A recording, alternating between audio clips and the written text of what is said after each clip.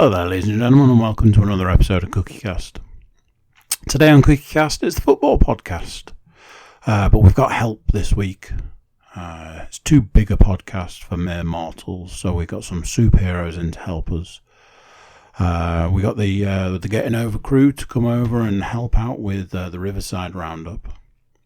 Stuart and Matt, Paul and myself talk the crazy week of football. So there's that. If you're checking us out on YouTube, then I imagine you're a YouTube subscriber. So if you are a YouTube subscriber, grab a friend, get them to click that button as well, make them a subscriber. You can subscribe on all audio platforms, so if you like your audio, then do subscribe as well. So here we go. This is CookieCast, the Riverside Roundup.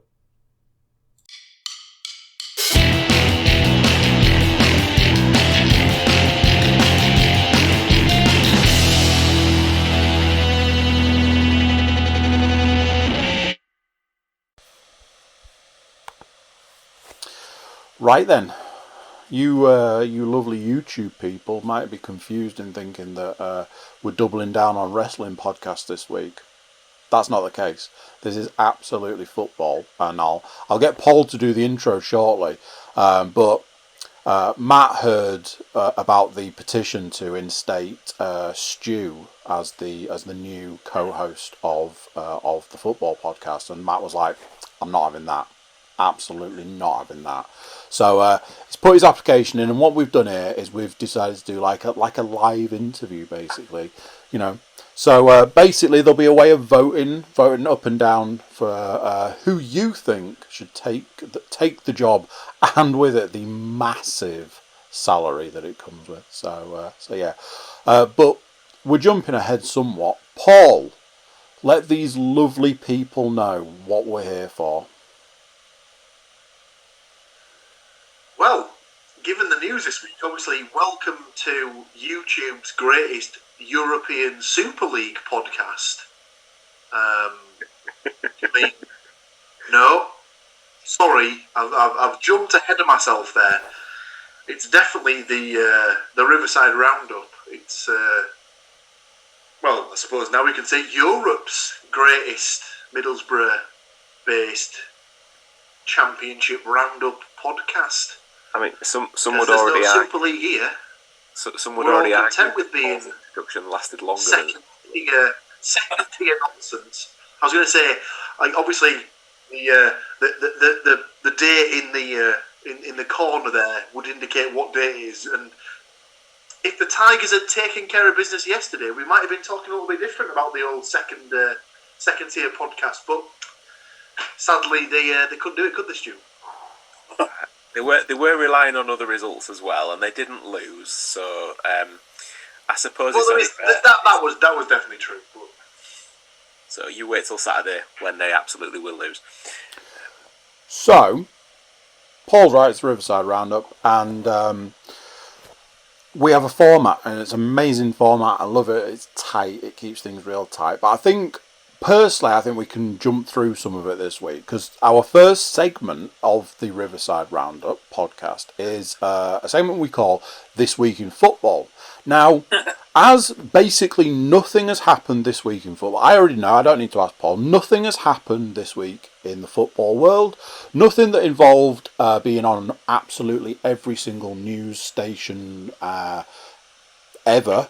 It definitely... Nothing that involved having to get the Prime Minister involved to sort it out, and nothing that is on every single social media feed across everything. So I think we can just skip past this week in football and move straight onto the book. Yeah, it's not a situation where Paul had to put out the call to get not one but two other men to come and help him unpack this week in football. That's not the situation. So yeah, I'll get the book out. Yeah. No. Or did something happen that I've not heard anything about?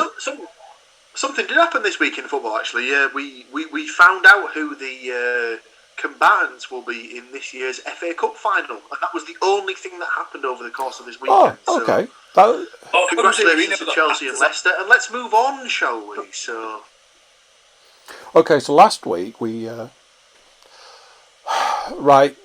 So I was going to say, unless obviously you've been living in a cave or with your head buried inside something. no. The biggest news this week is that the European Super League was announced, widely condemned, and then almost as quickly it was, for want of a better phrase, shit canned. So, yeah, where do we start? I mean, do we take a what I was going to say to this, or do we just dive straight in? What I was going to say was for the layman, for me, a man that knows less than zero about football, take it from the top. Start before it all started, and let's have a blow by blow of the absolute shit show that has happened over the last few days. So, I suppose the easiest way to describe it. So, I was sat on the sofa last night, and Amy actually turned to me and said, "Don't go into massive detail, but I've seen it everywhere. What's this European Super League?" Or I think the phrase she said was, "What's this? What the hell's the Super League that everyone's going wild about?" and stuff like that. So, I tried to explain it in as base terms as I could. She then said to me, "What I understand is it's as if, like, the UK, France, Germany, Spain, and like Italy decide they want to do Eurovision, but they're the only 5 nations that can enter and can win it." And I was like, "Yeah, that's not the worst as analogies go. To be fair, not a bad one." It would be also very much like Eurovision in the sense of nobody gets kicked out for doing badly either. It's basically kind of wanting to make football into, and kind of it's kind of made me laugh. Kind of the jingoistic kind of. I've oscillated with it as the days have gone along. But basically, what happened was they wanted to create a kind of sealed off kind of leagues a la the NFL, the NBA, the Major League Baseball, kind of, and as Graham Souness said, the American sport, which was the kind of jingoistic kind of rant that it went on, kind of as if to say, "Well, we're British, we're better than this." I'm like, are we really? Because Tottenham are owned by British people, so that kind of pisses on that kind of fire. They just, I don't want to kind of take over for kind of things, but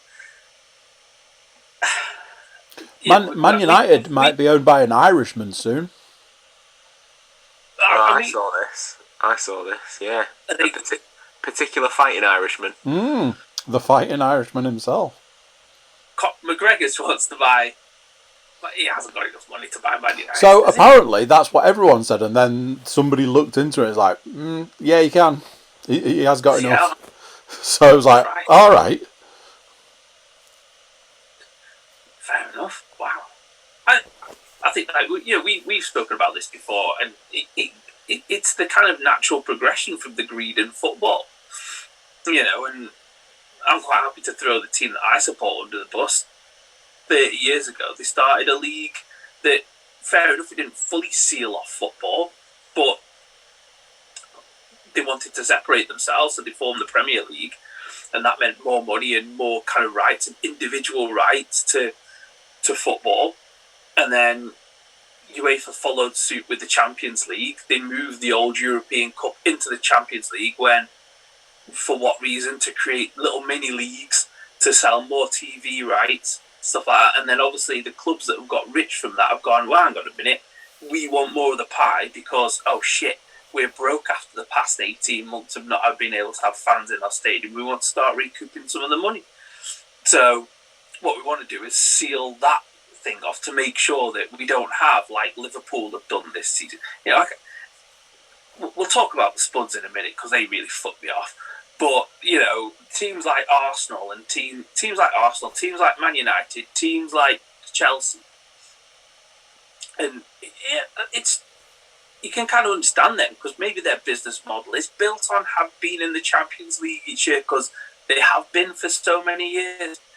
I don't understand why Real Madrid and Barcelona need to, because they're in there every fucking year, because their leagues are terrible, because their leagues, you know, they win their league every year. You know, PSG weren't in it, you know, but like Juve and AC Milan and whichever other Italian club were involved in it, their league's terrible, so they're in the Champions League each year. And you just think, yeah, it's kind of like, oh, the guy from Juventus has been the main ringleader. I don't believe that for 1 minute. I honestly think it's the English clubs that go, right, we're expecting to get 40, 50, 60 million each year from being in the Champions League. And, oh shit, there might be some years where we're not, because obviously Man United haven't been in it the past few years, and their revenue has fallen. But Spurs are a joke, because, you know, they're just jumping on the coattails of it.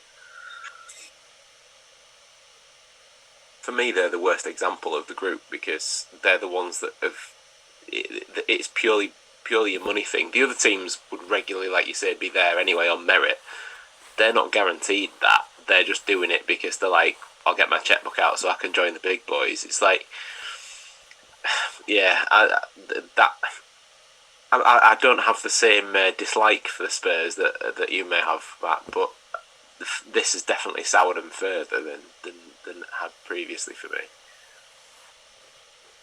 It's not just kind of the unrest it created over the last 2 or 3 days though either. It's now the unrest that it creates going forward, because I'm pleased in one respect of it set the precedent of people aren't going to get away with it because everybody revolted and all the rest of it. And obviously it's created this U-turn, but it's then like people like we on the back of it all, we had Ed Woodward's resignation from Manchester United, or saying that he'll step down at the end of the year, and there's the whole thing about the FA having this fit and proper persons test when you have to buy a football club. Well, that's obviously thrown by the wayside as well, because if these people can come in and do this and they're allowed to essentially try and rip out the heart of, like, I mean, you can listen to Sky Sports, BT Sport and all the rest of it about how, you know, it is, football is the jewel in Britain's crown and all the rest of it. And I mean, I wouldn't quite go that far, but basically, especially over the last 18 months, 2 years, like, that's probably been the main export realistically, because they've been able to sell TV rights, because that is the one thing that's continued when everything else has been rubbish. And it is a big deal. And like, if people are going to come in and try and use that for their own gain, like further than ever before, then the stuff that's come out in the last couple of days about have the FA got enough power? No, they haven't. And I am very much on the side of the people who want the regulators, but also at the same time, we had regulators in the FA, and look what that did. So it's kind of, where do you stop with it as well? Like it I guess ultimately, like you say, it's not just, oh, look at all this bad feeling that's come up this week, but everything will go back to normal. I don't think it will. Like, I think it will leave a sour taste for a very long time. It's the worst thing about it is that it's this kind of like, oh, you know, you need to take your club back, you need to do this, you need to do that, we need to make sure that, you know, you see people posting lists of things that fans need to do, and you kind of think it's impossible. It's you know, there's no way. You know, even if we looked at our own clubs, and you know, fair enough, like Middlesbrough run pretty well, and Steve Gibson's been a relatively good owner. But Hull's owners just sitting there waiting to just cash out, but then just seem to be digging their heels in anyway. The club that I support, Nottingham Forest, are on like the third or fourth, a different owner doing a different thing and throwing money at it, and an absentee owner. And and I saw some stuff over the past few days. We need to get a British owner who understands football. And I'm like, well, he does own Olympiacos, so he kind of understands football. It's not. I don't want to get into this kind of narrative of these dirty foreigners coming over here and buying our football clubs and stuff like that. But and this kind of and the thing last night of Graham Souness, I thought it was really egregious, because the people who push forward this narrative about football, and it's because we'll be coming up to it, it's not coming up quite soon, is it? We'll be coming up in August, and you'll get the Vic Reeves rubbing his legs attitude in Sky Sports as people spend more and more money on shit players to bring into the Premier League, and that, what's his name, Jim whatever guy is there, and he's like, and he's like, he might as well be Vic Reeves on Shooting Stars, rubbing his thighs about each deal that comes through the door. And I think someone else pointed out the fact that it wasn't, it's only a few days ago that Sky Sports were chasing Alfinger Haaland and whatever his son's agent is around the world, as they're trying to negotiate a £130 million transfer, where his lad's going to get paid £1 million a week, and it was gratuitous. Right. And their attitude to it, look at that money, kind of thing. And then, because the stuff that they've invested in terms of the Premier League, in terms of the Champions League, because that was all going to be made worthless by this European Super League, they were shitting all over it, and they let people like Gary Neville shit all over it. And I'm not saying what he was saying was wrong, but it's kind of like, yeah, but how much a year do you get paid to sit and talk and tell everybody about how great the Premier League is and how good the players are, and how Man United should be doing this and Liverpool should be doing this, and how they're far better than everybody else? And I think it's not going to happen, but it should be a time where football sits and looks at itself, because we've got clubs going out of business. Macclesfield have gone out of business. Bury have gone out of business. Like original clubs that have been there for years. You look at kind of the way that some clubs are run, and Bolton are absolutely like in the toilet because of the way that they've been run. And there's no, even like Port Vale, they really struggle to kind of keep on going each year, and it kind of jumps from panic to panic to panic to panic. And in the meantime, Man United is sat at the front, at the top of the top of the money, going, oh shit, we've only made £70 million profit this year. That's not good enough. We've got to screw everybody else over, but there's not going to be that reset for the whole of for English football, because they don't. The top clubs don't want to share the money. And like I said, I'm not. Nottingham Forest were one of the original people that set up the Premier League. They wanted the money. Unfortunately, the first year that we were in there, we got relegated because we were shit, and then we kind of yo-yoed up and down and missed out on the money. But people can't sit there and look at this kind of dream back to years gone by of like 30, 40 years ago, where football was football and they were part of the community and stuff like that, because that ship sailed 30 years ago. It didn't sail 2 years ago. 2 days ago, sorry. And it's not gonna come back. But I don't know. Sorry.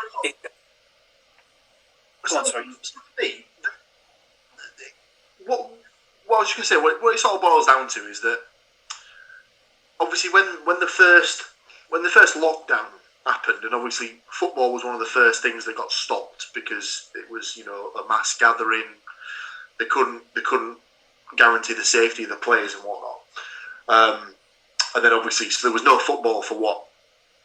It was at least 10 weeks or something. So it was obviously, if it was March of 2020, when obviously everything sort of came in, or April of 2020 potentially. And we didn't get football back until well into May, possibly even June of 2020 was when it all sort of like restarted. And then on Sky Sports, they had this Project Restart thing that Gary Neville was at the forefront of being a proponent of.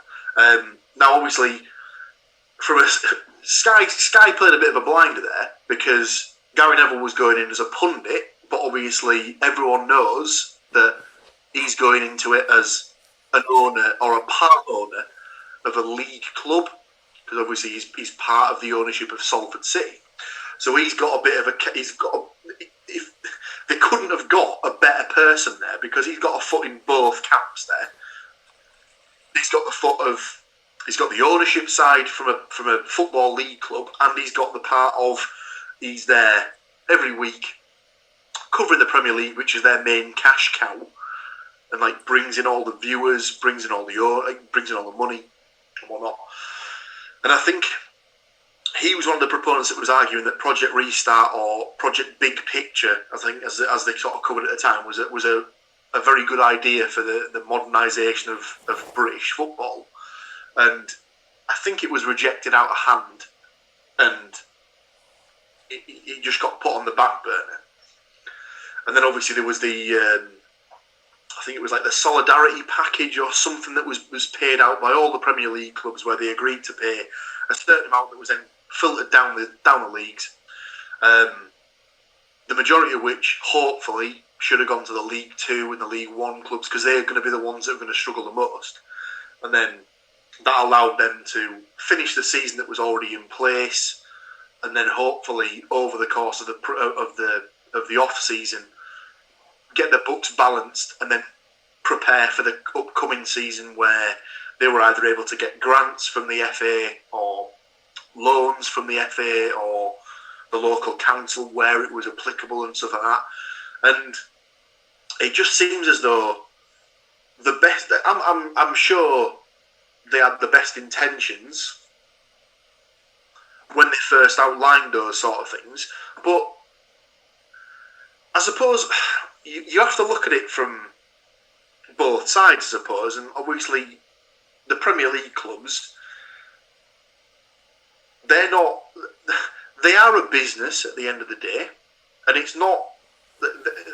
Their main concern isn't, shall we give 5 million quid, 10 million quid, or whatever to teams like Bury to make sure they don't go out of business. Because as far as they're concerned, we've run our books well. We've kept the club on an even keel and stuff like that. But you can understand that. But then obviously you have to look at the side of, if they don't do that, then there's not going to be those clubs there to then bring the players through their academy, get them into the first team, and then produce the players that the Premier League clubs will then buy to then put into their squad, put into their academy, get better, and then produce to the next level and stuff like that. And it's a tricky sort of line to run, really, because there does need to be balance. And I think that's where Gary Neville summed it up perfectly, where he said it needs to be governed and run by a completely neutral external party. So the FA shouldn't be in charge of dealing with the money, or the Premier League shouldn't be in charge of dealing with the money side of things. It should be dealt with by an external regulator who should basically come in, clean house, get everything basically back down to brass tacks, basically just get, for a start, the 92 league clubs, assess the situation across the board. Everyone would just basically need to do their due diligence and get a set of books in place, for this independent adjudicator to basically come in, look at, see which clubs are absolutely on their arse, and then basically say, right, let's say the pot of money, let's pick a figure out, like, let's say 5 billion. So the British football pyramid, on a regular basis, contributes £5 billion to whatever needs to be run. They would then distribute that money into the places where it's needed the most, and it would filter down rather than it goes to the people who have already got absolutely loads of money, and then it's basically just recycled through their means to absolutely no benefit to grassroots football, lower league football, amateur football, and it's like it would almost become a self-policing system, and that's where Gary Neville hit the nail on the head for me. Obviously, yes, clubs have to take accountability and police themselves, but there does need to be almost a 50-50. They do it themselves, but there needs to be a regulator there as well that's there to sort of make sure that the rich don't keep getting richer and that the money is recycled through the whole of the pyramid. I'm just rambling for like 5 minutes. We've talked about that week in, week out. There's been this sort of, where's the solidarity? You know, anytime that there's talk of clubs banding together, putting a bit of money in, keeping the clubs that are failing from going out of business, even if it's just small loans that keep the doors open for now. You know, like I say, loans. Nobody's asking for handouts as such. If they could just say, look, we've got a shed load of money, you are about to go out of business. Let's sort that out now and deal with the rest later. But there's zero solidarity in a sport. And the thing is, between the different leagues, if it was like, we're talking like football at the top, and then like lacrosse, and then like hockey, and, you know, if it was a different sport for each league, I could understand football sitting at the top and being like, well, we're football, why the hell should we help out, you know, the Saturday afternoon hockey match. I could sort of understand the mentality there, but it's all supposed to be football. And when it's just, like you say, we only made 70 million profit this year, that's not on, then I think we know where the priorities lie. I think as well, what you said there is obviously like it would boil down to loans rather than grants or whatever, or like you said, handouts. I think let's not beat around the bush. Obviously, so the majority of us have now been out of grounds for over a year. Obviously, there was a little bit of a change when the change of regulations. I think it was up to 1,000 people could be in for certain games. In the grand scheme of things, that's what? Less than a percentage of the local population for each club that was allowed in. So you're going to be at the point now where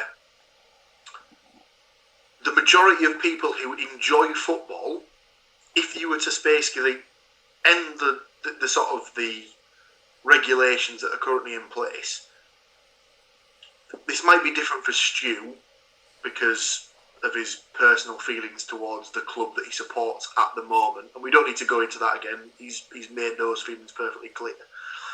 Might be slightly different for Matt, as he doesn't live close to the place that he supports. But if we were to sort of snap our fingers and say that from this coming weekend, regulations are lifted, grounds can open to full capacity, would anyone be able to now say that it's a football fan that they wouldn't actively look to go to any ground or any club that they held personally close to them, that they wouldn't want to go in, pay their hard-earned cash to go and pay to watch a football game within the next 2 weeks? They wouldn't be able to like, if they could duplicate their stadiums many times over, they wouldn't be able to do it enough times for the number of people that would want tickets. From the point of view of the loan, sorry Matt, from the point of the loan, like the loans that we discussed, just due to like ticket receipts and things like that, clubs would be able to pay that money back within the next couple of weeks, couple of months, and stuff like that. And if they were able to sort of arrange what needs to be done, that money could just be forgotten about and repaid within the next 2 to 3 months. It wouldn't even be an issue. I think that's where the difficulty lies, though, because at this exact point in time, where this has all hit the fan, and if that was to be an option, like, when is that going to be, realistically? Because it ain't going to be 2 weeks. It might not even be 2 years still at this rate, because there are people that are deciding if they're going to have the vaccine, if they're not going to have the vaccine, if they're at the bottom of the list and they're going to get the bit out of the drip tray part of the vaccine. Like, people, like, it's not going to be fixed in a fortnight, and ultimately that money that is going to be given out in loans, yes, if it's from the bigger clubs, they're going to obviously last longer, but if teams perhaps that are maybe lower down, like the pecking order in the Premier League, so like the teams that regularly reside around like the bottom six, if they're going to be then forced to give out part of their money that then they might not get back for 3 or 4 years, but they have actually spent on players in the meantime, they're going to need that. Yeah. So it's where do you find that balance? I take your point. If it was finished in 2 weeks, fine. Like, or if it was finished in 6 months, fine. If there was a definite time period on it, but like with everything else in the world at the moment, like, when's it going to be? Like, things are. No, I understand that. I get that perfectly, and obviously, like, you've all been there before.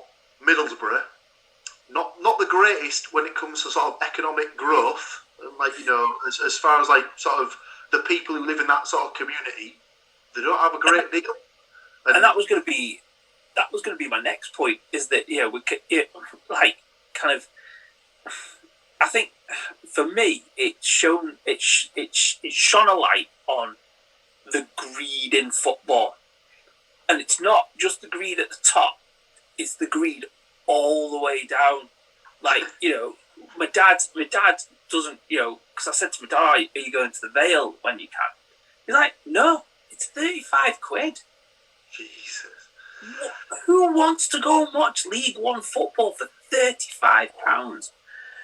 And yet League Two, whatever, yeah, and you just think you can't bitch and moan about your ground not being full because they get 2,000 people, and you know, I take piss out of Stoke-on-Trent all the time. It's a big enough city to fill 2 stadiums worth of football, but because the Vale have taken the direction of that amount for a football ticket, they only get 2,000 people. Whereas if you reduce the amount for your gate, then you get more people in there. You know, and they're a decent side. Apparently they play decent football. Well, that's what Dad said anyway. But you know, Forest is 40 quid, 45 quid. I don't want to pay that. It's dog shit. You know, I watch it on telly. It's bad enough watching it on telly and paying your money for Sky Sports to watch it. I sure as hell don't want to pay 60 quid in petrol and another 40 odd quid to go and watch Forest and just be disappointed. And I think it's shone a light on the sheer greed of, you know, and I'm not being stupid. I know that when I started going to the football, like with my mates, like kind of 13, 14, 15, that it was a fiver because it was in the mid-90s. But what you're saying to me is that, you know, fair enough, I was getting children's prices, but children's prices can be £20, £25. It's 5 times more expensive than what it was 20, 30 years ago. Yeah, like you say, ticket prices haven't exactly grown with inflation, have they? It's like you say, it's just greed. It's grown with greed. Simple greed. Yeah, it's grown with greed. People just want more money. And this is where, like, I've come back to it again, but it needs that independent adjudicator where they need to come in and just clear the house and set a precedent across the board. I mean, they did it to a certain extent in the Premier League, where they said that all away tickets for the 20 clubs would be capped at £30 maximum. and it was like, oh, brilliant, that's great. Problem there is, if you go to the Arsenal as an away supporter, you're paying £30. The home supporters that have to go 19 times a season are probably paying 85 quid or whatever, and it's like, fair enough, as an away supporter, you only have to pay that once a season, but for the poor bastards who have to pay it 19 times, they have to take out a second mortgage to go and watch their team. And obviously, like, we all support teams that are in the north, and it's still ridiculous. Like you say, Port Vale's bad enough. I mean, the last time I went to a Borough game, it was the better part of 30 quid, and it's just not acceptable. It's just, and that's I'm not being. You can justify charging that price. I'm not being. You don't want to come across condescending, but that is a very poor area of the country. Yeah. Employment's really high. The job situation is not like, if you have a job, it's not a well-paid job, and you're still charging £30. I think there's all this kind of, it made me laugh because, there's John Henry today giving his statement, apologising to the supporters and understood in his massive fucking house. And fair enough, he's obviously done very well for himself and all that kind of thing. But it's going to be interesting when the season starts next. When supporters are allowed in, all the ticket price is going to go up, because you can tell fans that, oh yeah, we're listening to you and we care about you and we care about the club and we understand that we messed up and all that kind of thing. And then you're going to go, yeah, but we're going to stick an extra £5 on the tickets because we haven't been in for the past year. And the problem is, they'll still go. They'll still go, because there was a guy on there when they were talking about the European Super League. I think he was a Man United fan, and they're like, "Oh, well, so will you boycott the European Super League?" "Oh, no, I'll still go." Right? You're a fucking idiot, and you're part of the problem, And this is the thing. Until I'm not saying I hate it when it's rise up, boycott football, all this kind of thing. It's never going to happen. But when you got people like that are like, yeah, I'd sell my wife if it meant that I could go to the match on a Saturday. That what you're saying as well, that was one of the things I picked out in the week when all this was kicking off, about, like, they were all saying how bad it was, but yet not Sky Sports, not BT, not BBC, not anybody issued a statement that said, if it's that bad, we just won't pick up the rights for it. If they've got no TV outlet, they've got no product. Like, that would have been a simple solution at the beginning of all of it, and not one of them said, we carry it because. On that regard, the only thing I did see to that extent was that Gary Lineker was the only person of that sort of ilk that came out that said that he wouldn't be involved with any broadcast for it. So he actively said that if it went ahead, if for example BT picked it up, he actively wouldn't be involved in the broadcast of the stuff. So fair play to Gary Lineker for that. I mean, he didn't need to come out and say that, but he obviously feels that he needed to say it so that people were aware of it. But yeah, everyone who gave Gary Neville a round of applause when he was ranting and raving, he never said that he wasn't going to be involved in it. He didn't. No, he definitely didn't. I think I've just got to. Like you said there. But go on, Paul. Sorry. No, sorry. You go ahead, Stu.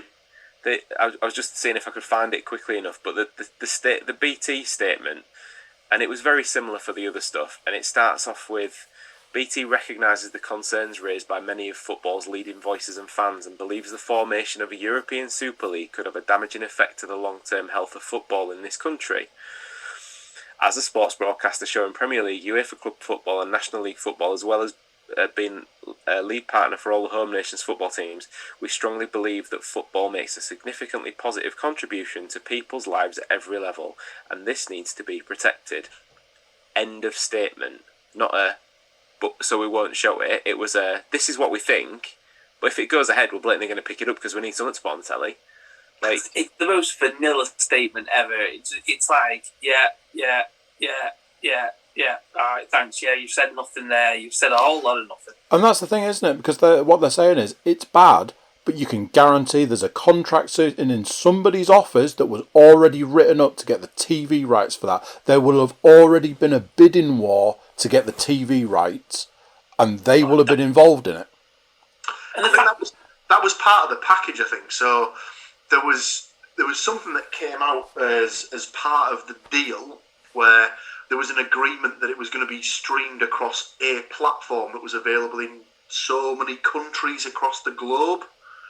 Now, I can't remember exactly the partnership that it was, but obviously it will be shown through whatever network, and then of that network, the rights will be made available to the TV partners in whatever country it sees fit. So obviously, like Sky over here, RTL Zwei, or whatever it is in France or Germany, that always used to be the one back in the day. But like the thing is, Netflix and Amazon and Exactly. whoever else want to get involved in this kind of stuff, and Netflix is a. Sorry, I was just like, Netflix is just a worldwide company, so they spaff what 10 billion on the European Super League. You're going to get everybody. You whack up your Netflix subscriptions. Everywhere in the world's got their Netflix subscription, and they're loving life. One of the things that pissed me off the most, and I think pissed off a lot of people, was that obviously the Real Madrid chairman Florentino Perez, came out with the kids these days they don't want to watch football for 90 minutes. They can't keep engaged for 90 minutes. So we have to make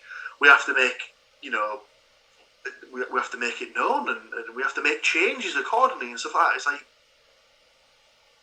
so you're going to reduce the time of the games?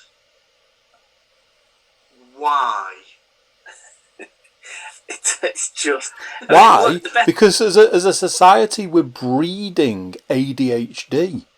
But there was the point as well where he said, like, oh yeah, kids can't stay sort of their attention span's not garnered to a 90-minute match. And then I think it was Stan Collymore or something put something out that said, like, oh yeah, well we'll reduce the game to 10 minutes a half, and then we'll just have like a 45-minute half time, shall we? Where we'll have like entertainers who come on and do a set for 45 minutes and just knock off and play FIFA for a bit instead on a big screen. Yeah, exactly. It's just bollocks. It's just his best was it that 60% of the demographic doesn't, only 60% like football. And you think, I think someone said, think about your mates at school in a group of 10 of you. Yeah, of course there was 4 of you who didn't like football. 60% is a massive chunk of the demographic. There's loads of sports that love 60% of the demographic, but it's this kind of everybody's got to like football. You kind of turn around and you think, I don't like football all the time. No, it's this curse that I'm kind of like, oh man, I better check on my team just to make myself miserable for the day. But that's the thing, isn't it? That's where it just drives you nuts. Because if it was a case of, so say for example the tables were turned and like Borough, Forest, and Hull were in that position, and they were like they agreed to sign up to the Super League, and it went through, and obviously we'd be like, oh for fuck's sake, I can't believe it's gone through. But ingrained in us, we wouldn't be able to just switch off as like a sort of. As an inbuilt nature, we'd still check to see the results. Maybe we'd boycott it and just like actively not watch, but we'd still, like, as an ingrained thing, you can't switch it off. You've just described my entire football existence for the last. I think that's true. But over the last 3 years, trust me, I'd quite like to have switched off the fact that I'm a Borough fan, because it's been absolutely desperate and stuff like that. But you just can't. It's as much as you like to do your editing and stuff like that. I'd much rather have that period of a couple of hours on a Saturday where they either piss me off or give me great happiness for 2 hours than just nothing and just an empty void or whatever. That's it. I've just checked the Forest score there, and we've scored a penalty in like 8 minutes into time. I was to get a 1-1 draw at Birmingham. I'm like, it was quite funny that the penalty was scored in the 98th minute, and the full time whistle was blown within seconds of that happening. So, but it's just like it's the only thing in the world that I'm aware of off the top of my head that can make you thrilled 1 second and infuriated the next. And it's just part and parcel of it, I suppose. You know how Andy mentioned it was a quiet week. We've also skipped past the fact that Mourinho got fired as well. Oh God, yeah, that was obviously the I mean that one made no sense as well, because they covered that on Sky Sports. It was like, if you had to pick a manager for a one-off game, he'd be up there in the top sort of 2 or 3 that you'd pick, because you know that he's going to set up the team in a specific manner to manage that game. And if you look back over the last 10, 15, 20 years, he's the king of one-off situation game management. He absolutely is. If you just look at the sort of the time when he's taken Chelsea into Europe and he's got a result, or he's taken United to Chelsea and got a result, or Inter to Chelsea and got a result. He's as a one-off game manager, he's one of, if not the best. And it just very strange. I think they said, they made a bit of a rod for their own back. Obviously, they probably didn't want him past the end of the season anyway. But if he was the manager that breaks the trophy drought, have they sort of painted himself into a corner where they can't sack him because he's brought them a trophy? And have they sort of pulled the plug a bit preemptively? I don't know. And obviously other stuff going on about, apparently he refused to take training that day and was kicking up a fuss about kind of thing. They just got ideas above the station, haven't they? Clubs, isn't it? Newcastle South. I almost hate to ask, but was there anything else that happened in the last week? Yeah, like we said, there was the FA Cup semi-finals were sorted. Oh yeah, what happened there? We covered that about an hour ago, didn't we? I suppose. That kind of came and went really quickly. I had not a clue, and most of my life, I've been able to know when the FA Cup semi-finals are, and it was I think I looked on BBC Sport on the Monday morning, and it was oh yeah, such a Leicester and Man City, Leicester and Chelsea. Sorry, see, I don't bloody well know. Are in the FA Cup final. I'm oh shit, right, okay then. Yeah, well, I have to. This should be the point of the podcast where I'll have to apologise to the Cookie Cast listeners, because we've failed you. I'm really sorry. We said that we'd cover the FA Cup all the way through, and we shat the bed. What can I say? I'm really sorry. Should have had it. Should have had it on the predictions for this weekend. I'm sorry.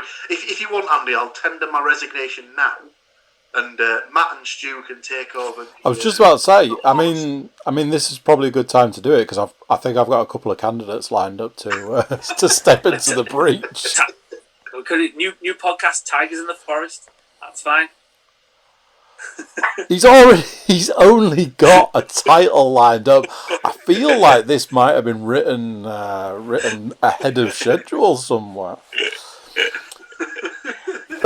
Let's dive into. Well, just before we go on to the next section, at least let's put it this way: as it currently stands, it's looking like we might get some games to go to if we're allowed back into stadiums next season. Let's cross the fingers, and that's 4 games at least for next season.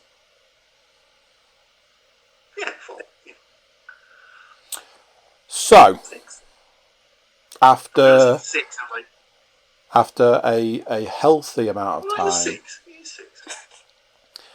we move on to our next segment, which is where we like to have a look at can we guess what the games are going to be in any given week, and then we look at what we think the games are going to be next week, and so on and so on and so on.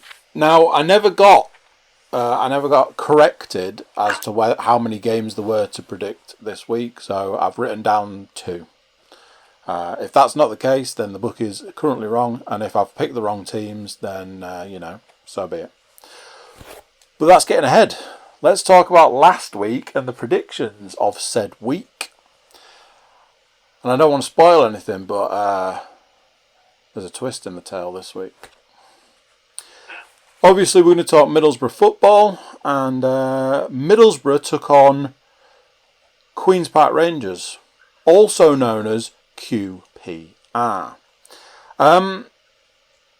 Interesting the way this one played out. Wasn't it, Paul? I mean, not from the Middlesbrough team perspective, but from a podcast predictions perspective, certainly. What was the score in this game? Sadly, as viewers and listeners to the podcast will know, I'm on a bit of a roll at the minute, and I called another one bang on. Sadly, not the scorers, but yes, I called it. I called a Middlesbrough 1, QPR 2 victory.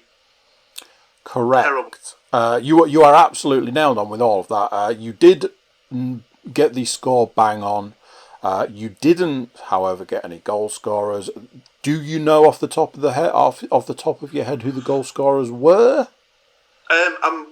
I'm annoyed because the first goal by QPR was scored by a centre half who basically just had the run of the park to absolutely smash one in from 25 yards, and for want of a better phrase, made me look a bit like a dickie. So see what he did there, because that's his name. That's his name. It's funny. It's funny. The other goal was scored, what I have written down here, by Wallace. Oh yeah, the other goal, the second goal by QPR, was scored 3 minutes later. So a great 3 minutes showing by Borough there. Real defensive solidarity. For that 3 minutes. Basically just bend over and take it twice. Good. There we go, lads. Good lads. Yeah. Off we go. Can the end of the season come pretty quick, please? Yes, it can. 3 games, it's all right. Who scored for Borough? It was a consolation by a man who seems to be up for sticking around, so to speak. Yannick Bolasie. So hopefully, fingers crossed, they'll be able to work out some sort of deal to bring him back at the end of the season and get a full season's worth out of him, because he looks like he's a cut above for that sort of division, certainly. I didn't take a single point out of this game because I had Middlesbrough down to win. Why, Andrew? Learn your lesson. And I thought Britt might get in on the action, knowing full well that he absolutely wasn't going to. So I just like pissing points away. I just aim my points at the wall. Let's move swiftly on to a game where you and I were very much on the same page, unlike the teams in question. Rotherham United took on Birmingham City. You and I both had the same score. Both had the same goal scorer for one of the teams. Different goal scorers for the other team. And we were hella wrong. We were that close. I mean, yeah, if you like. Wrong's wrong in it. What was the score in this game? It finished 0-1 to Birmingham. It did. Obviously, like I say, we were on the same page for the Birmingham City goal scorer. So, who actually scored that goal? I'm just checking out. Was it Harley Dean? It was. Yeah. It was not Djukovic. So, the week gets split into two, but when we generally have like a total for the week. If anybody's keeping score at this point in time, Paul's on a princely 2 for the first half of the week. Oh yeah. And this guy, I love a bagel. I'm not worried. Weirdly, I'm not worried. Let's talk Rotherham United taking on the mighty Borough. hang on a second.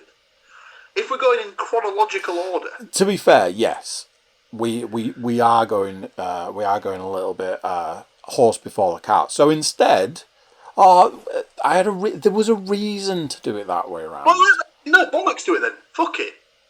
Obviously, No? you have to edit that for YouTube. But then let's cover the Borough game then. So the Borough game was played this evening, as you can see from that thing over there.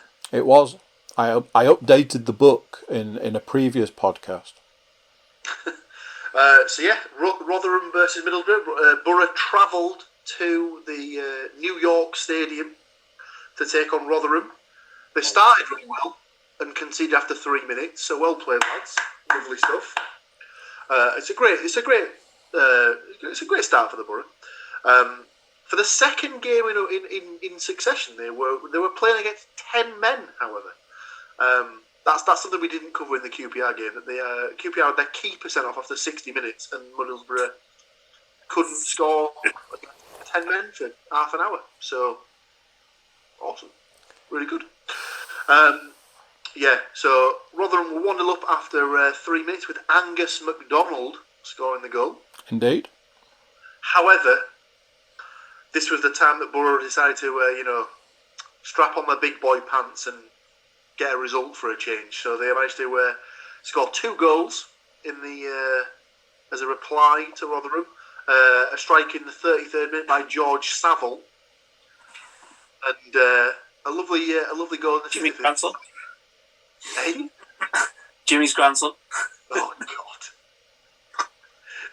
There was a game against Spurs in the cup where, when fans were still allowed in the stadium, where as Borough were having a corner and Spurs were defending, someone, obviously a really sensible lad from the Spurs fans, decided to shout "Jimmy" as George was in the box. So he just turned around back to him and went, "Jimmy!" back to him and stuff like that. The second goal for Borough was scored by the much maligned Chuba Akpom. Indeed. Sadly, from the thoughts of this podcast, however, we at least 50% of us probably would have been happy with a Rotherham win. In hindsight.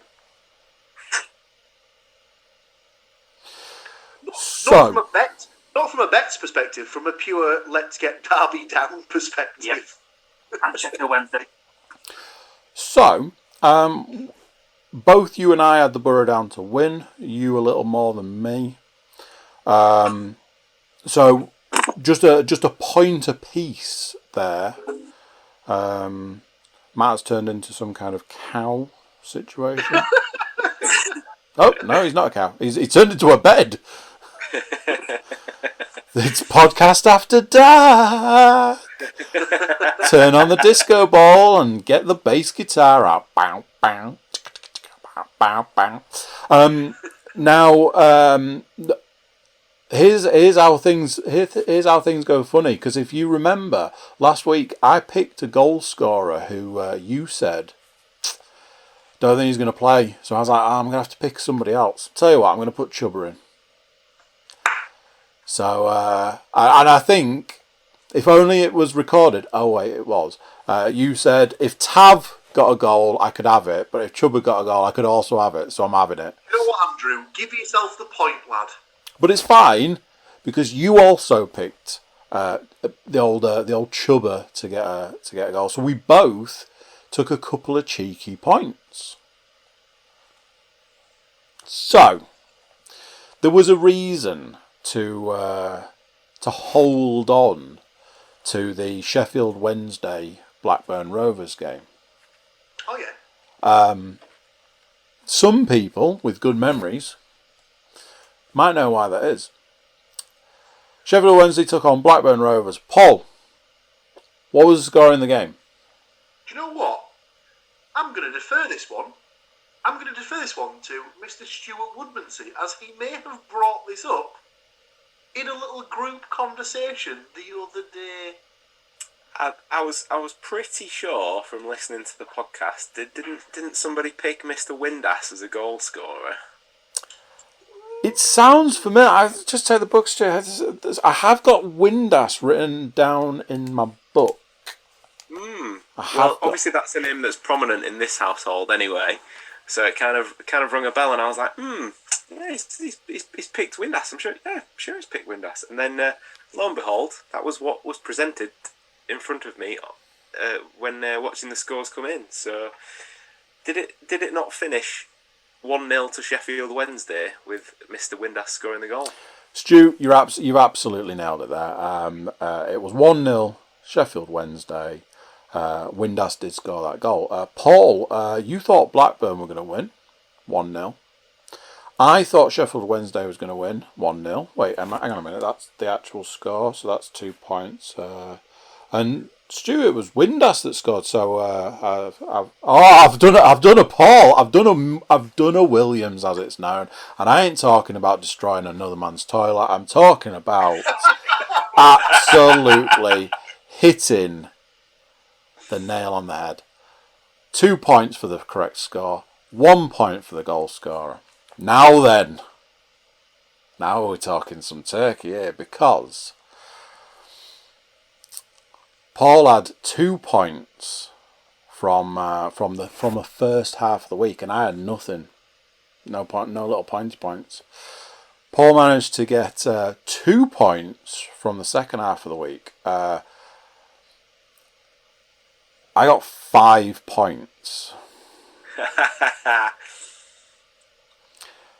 So what that means, ladies and gentlemen, boys and girls, children of all ages, is the winner for this week is this guy.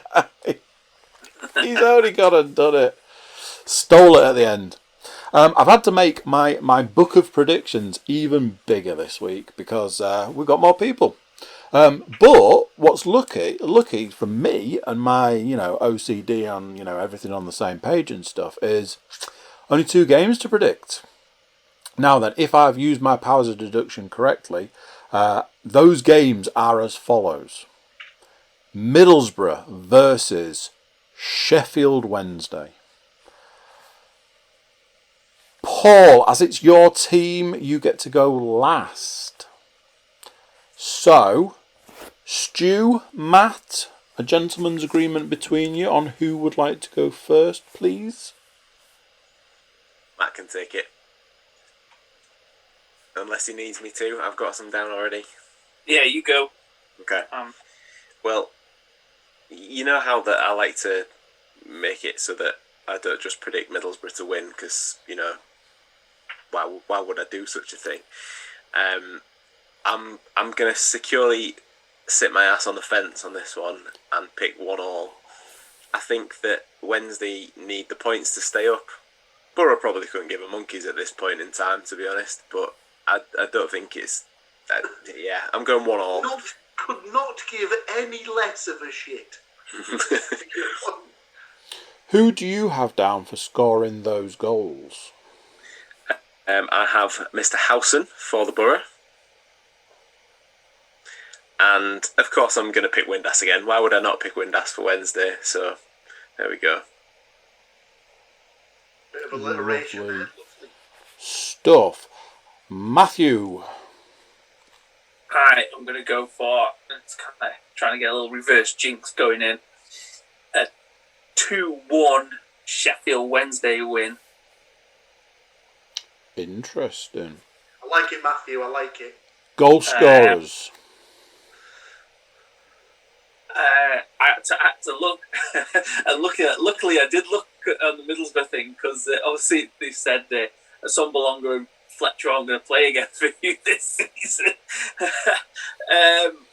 So I will go for, what was his name? The guy that scored tonight. Chuba. That's the one. Yeah, Akpom. For Borough, and I'll go for Jordan Rhodes and Windass to score for Sheffield Wednesday. Okay. I've got Borough down to win 1-0. I've got Watmore to score that goal. Paul. I will follow in on Stu's prediction here. I will also go 1-1. However, I'm going to give you a new name for your book. Stick me down for Coburn to score for Borough. How are you spelling that, Paul? Not C-O-C-K Burn, sadly. No, he's just C-O-B-U-R-N. Young lad, just come through the academy. Warnock seems quite impressed with him, so between now and the end of the season, why not give him a couple of games, see if he's got something about him. They're losing 2 strikers, as Matt has just said, with Assombalonga and Fletcher being told their services are no longer required, so to speak. I'd like to think that that's not how it was explained to him. I'd like to think that Warnock basically just went and said, just fuck off. Just fuck off. Amazing. I like how a £17 million striker was just shut the door. So, what did we just talk about? To put it in perspective, between those two, not even including wages and stuff, that's £22 million worth of striker that's just been told to get the fuck out, basically. Yeah. I saw that someone had put on Twitter, regardless of what else comes out of this season, the main thing that Borough have to do is they've got to rethink the recruitment process, because they just the money they spend on players is just astronomically bad. Some very, very bad transfer dealings and stuff like that.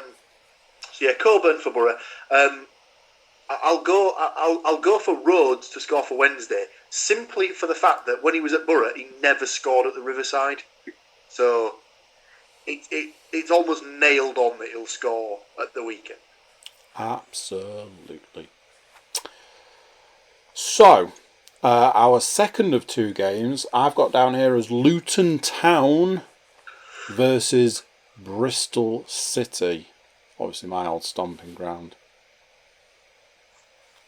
I've already gone in on the book. Have I got an offer of who would like to go first?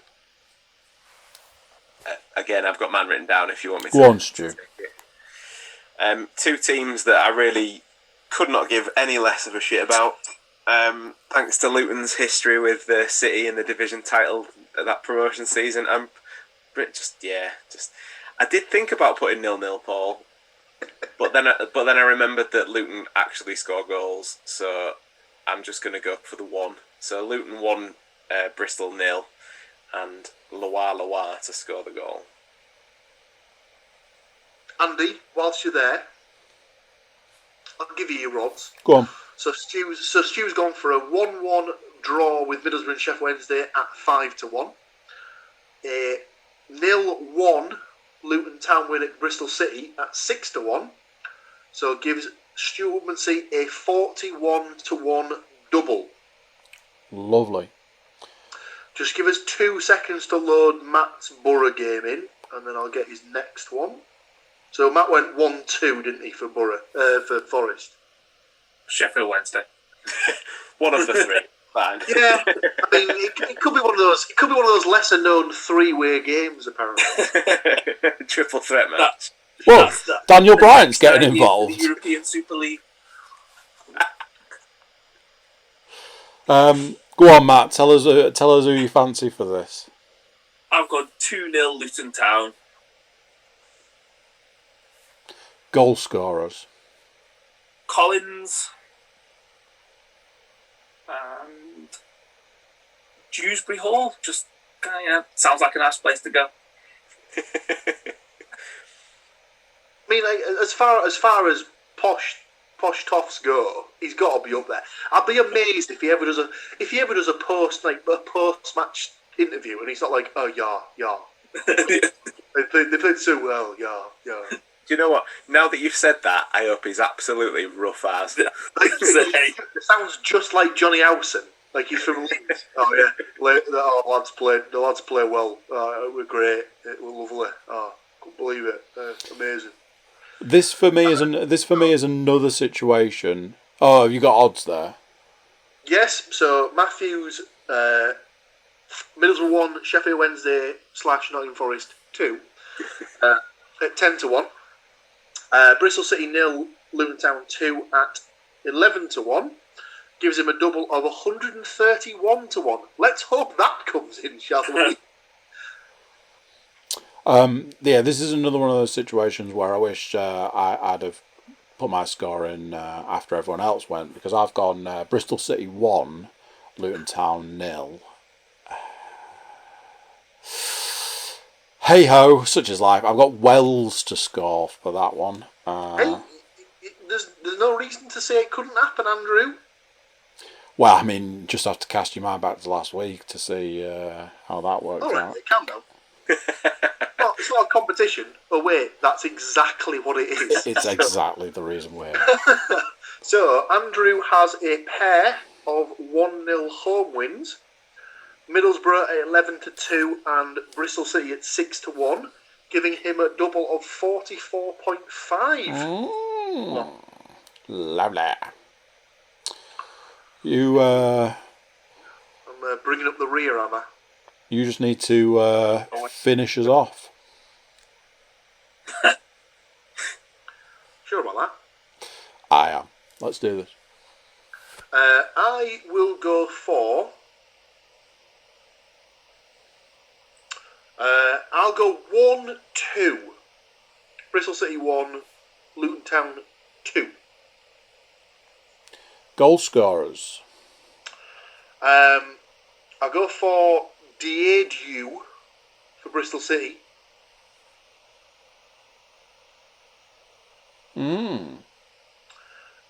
I'll have a little slice of the Collins action for one of Luton's goals. Mm-hmm. Let me just find another guy. I want to say Pell, but I don't know if that's right. And of course, my phone isn't loading properly, so that's nice. Oh, there we go. Oh, why not? Let's go for Mpanzu.